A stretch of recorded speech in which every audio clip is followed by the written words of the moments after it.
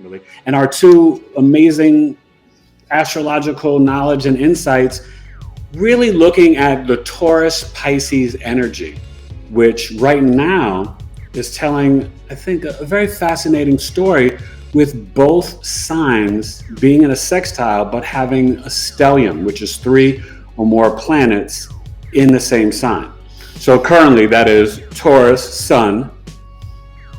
It's going to be the moon on the eclipse, but we also have Mercury, Uranus, and the North Node. And then in Pisces, which Miss Anjani is a Pisces sun, we have Pisces. I was about to say the sun, right? We're not in February, March anymore. We have Venus, Mars, Jupiter, and Neptune. That's a lot. So it's really exciting.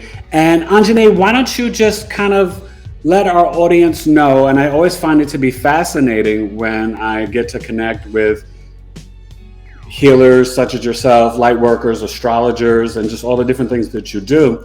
But why don't you just give us a brief insight how you got into astrology, your passion for it, and then all the things that you teach and share with your audience and people that you work with and your clients.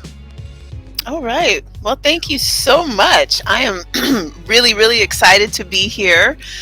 And I'm really happy that you asked this question, because when I listen to other people's podcasts, I love to hear how they got into astrology, because it is an occult topic. Occult being something that is hidden, esoteric. It's not smiled upon in our culture. So I have a really interesting story.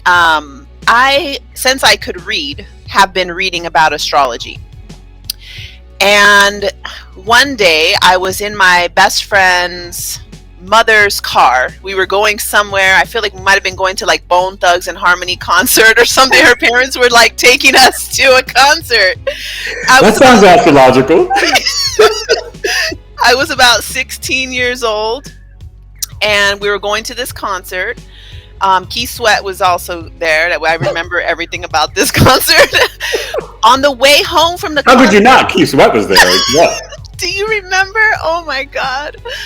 There's a right and a wrong way to love somebody. You know what? I'm still stuck on R&B. Like my love life is still stuck in R&B, like from the 90s. And it should be. Mm-hmm. And what's a shame is that we don't have quite the same je ne sais quoi of R&B nowadays. We do have like a little extension of like newish neo soul, but there's no real true R&B anymore, and that's upsetting to me. Yeah. All right. Yeah. So we were driving home from this concert, and I had my astrology book. It was an old Robert Hand. I don't remember which book it was, but the mother, she was very Christian. She grabbed my book and she said, "This is the work of the devil." And she threw it out the window as we were driving. No. At that moment, I knew this was something that I needed to know. It was something, because it had that much power to make a grown woman snatch the book and throw it out the window. Oh my God. So from there, I got more interested in it. I've always been interested, but from that point, I got more interested in it. And then 2013, I had a major heartbreak. Like I'd never been dissed before by a man. I'd never been pushed out. I've always been the one who decided it was time to leave. I got majorly dissed by a man who I thought was like below my pay grade. So it was a double ultra heartbreak.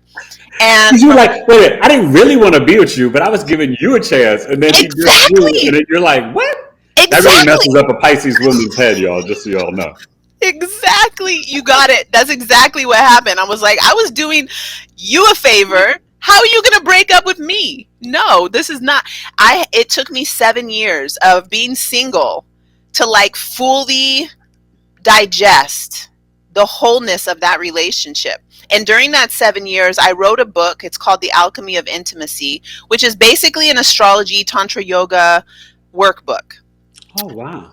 So I did not that, know that. That's fascinating. yeah, I'll share the manuscript with you so you can just have a peek at that.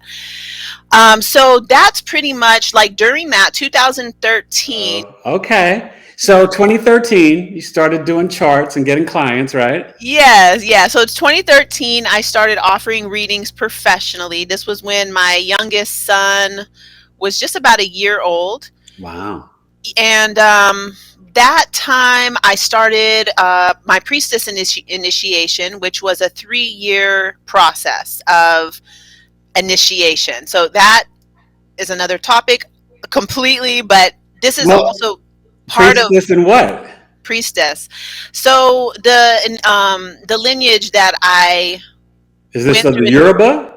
no, I'm not ready for that yet. This was from it basically it revolves around working with the four directions. So it's a Native American tradition.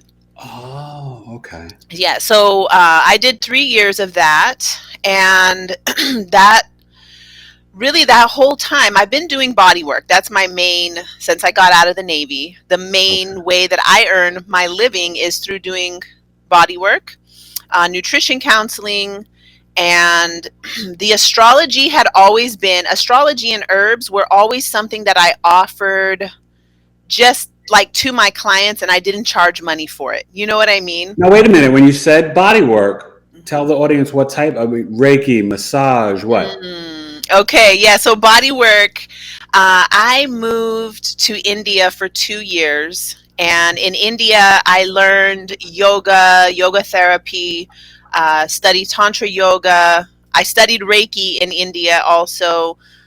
The Oh, 2 years in India, I lived in an ashram. So all I did was study, practice, teach. Study, practice, teach. It's that's that. so powerful. I'm just like, oh my gosh, like that. I would love to do something like that. That's kudos to you. That's a You blessing. should. You should Yeah. do it. It is amazing because you really get immersed into the culture.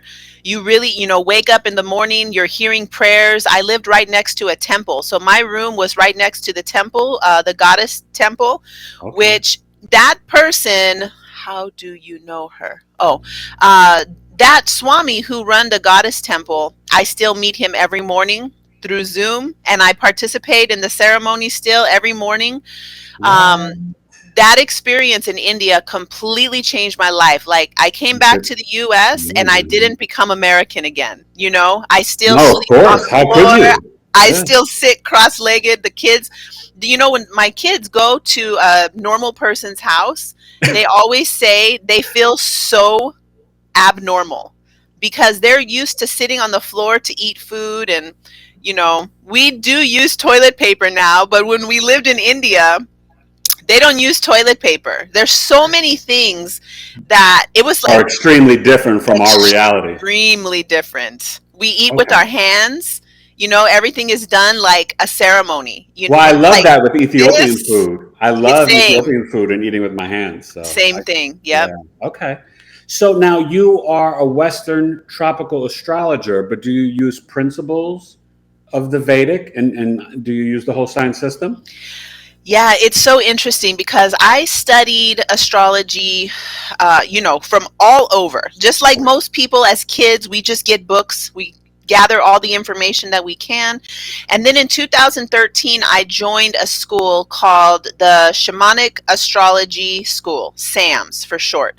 Okay. And shamanic astrology, oh, it's a shamanic astrology mystery school. So they really go by the living sky. So you probably noticed this about me. I always am looking at what can we see in the sky? What are the patterns that it's making in the sky?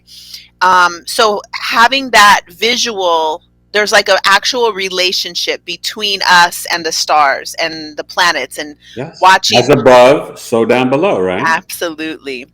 So I do use some of I think it's important that we know, because as an astrologer, all kinds of people who, the world of astrology is very large. And one of my somebody who I like, you might have heard of Gemini Brett. something that he also went to a shamanic astrology school a couple years before me. Something that he always says is that it's your astrology, meaning that we are in an intimate relationship with the sky. So the way that I'm going to relate with the sky is going to be different than how you relate with the sky. Now we also have the textbooks that we're going to learn and get the knowledge from a textbook.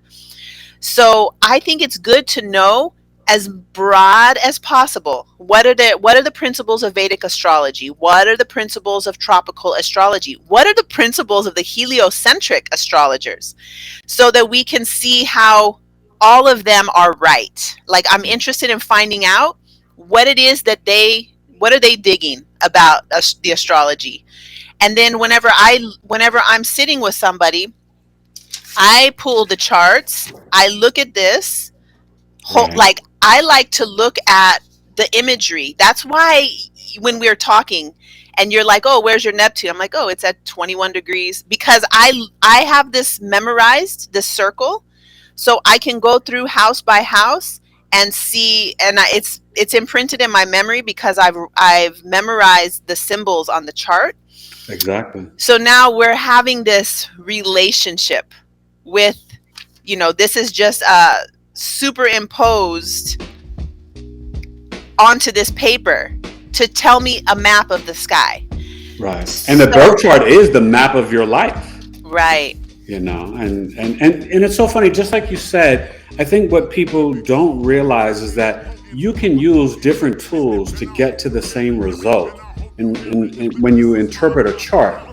And what's so powerful about astrology that I think sometimes I notice some astrologers seem that they're so book heavy, but astrology is, right, the super science. It's math, it's science, it's numerology, it's energy, it's intuition, it's astronomy. And what happened back in the ancient times, and I always say this to my audience, astrology was the first calendar, but astrologers were also priests, doctors, astronomers, mathematicians, scientists. So astrology was not like this separate thing. It was a major part of the pillars of ancient society. Back in ancient Kemet, in Alexandria, in Greece, in Rome, in the Middle East, right, in Babylon, all over. And so I think that as we remember who we are and what this ancient wisdom and knowledge is, we have to kind of not, as I would say, as astrologers, not downplay it, but really glorify and accentuate not only its power, but its original origins, and to let people know this wasn't a game. This was our ancient ancestors who paid attention to the sun through Saturn and what you could see with the naked eye, right? And how it affected the tides of the ocean, how it affected the seasons, how it affected, you know what I mean? And this beautiful symmetry, it's all simpatico, the yin yang, as you like to say on your videos. I love when you say that. But you know what I mean? And it's that crucial and that important. And also, let's be honest, the power structure and the powers that be, they know it, they use it, and they don't want us to know it and use it. So. Yeah, for sure. Every time something happens, like, do you remember? Of course, you remember when they stormed the Capitol. Oh yeah, that was the day when Mars went into Taurus. Exactly that day. I was like, come on, like, how do people not know that this is? They're using it. Oh yeah. But they want to make it seem like it's some kind of pseudoscience. Yes. So we don't gather ourselves into understanding these planets are archetypes that are powers that we have within ourselves, so that we won't do that, but they're going to do that. Well, it's fascinating that you say that, right? Because just recently, the day of the Jupiter-Neptune conjunction is when you had the nitrogen gas on the train in Brooklyn, where the guy was, let out the gas and then shot people. That's straight up Neptune. So, and that was the Jupiter-Neptune conjunction. And so we can go on with examples for that and forever. And it's so true.